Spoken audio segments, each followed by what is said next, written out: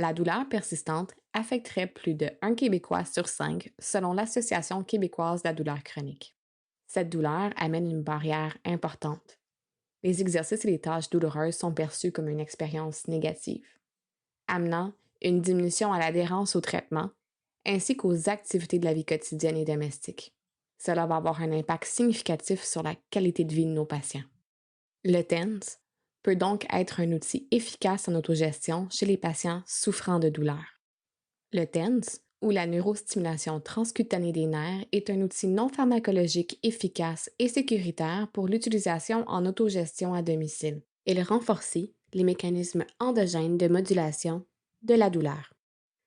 Selon l'éducation faite aux patients et leur symptomologie, deux modalités peuvent être utilisées. La théorie du portillon impliquant les fibres sensitives cutanées. Elles fermeront le portillon localisé dans la corne postérieure de la moelle pour diminuer la nociception localement et rapidement chez les patients. Ou bien par l'activation des CIDN, libérant de neurotransmetteurs puissants contre la douleur, tels que l'endorphine, la noradrénaline et la sérotonine. Ils auront un effet plus généralisé et souvent très pertinent chez les patients atteints de douleurs chroniques.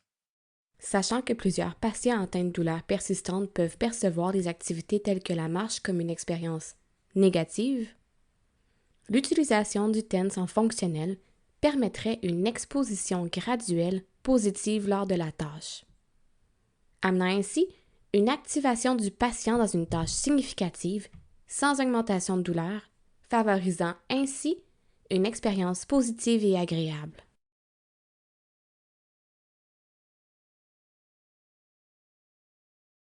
Le TENS a fait objet de nombreuses études pour son utilisation clinique et la diminution de douleur. On note plusieurs résultats significatifs pour plusieurs pathologies au niveau de la diminution de la douleur et de la douleur neuropathique. Cependant, peu d'études ont fait l'objet d'un contexte d'autogestion par le patient et étudié ses bienfaits. Cochrane a d'ailleurs émis ses recommandations pour les recherches futures en lien avec l'utilisation par le patient à domicile.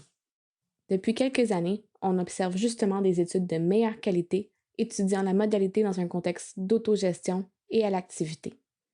Dans cette étude, on aperçoit d'ailleurs les effets significatifs sur la douleur à l'activité, la fatigue associée à l'activité, ainsi que l'impression globale de changement chez une clientèle fibromyalgique. Le TENS est donc un complément à la réadaptation et à la prise en charge du patient dans un contexte d'autogestion de la douleur au quotidien.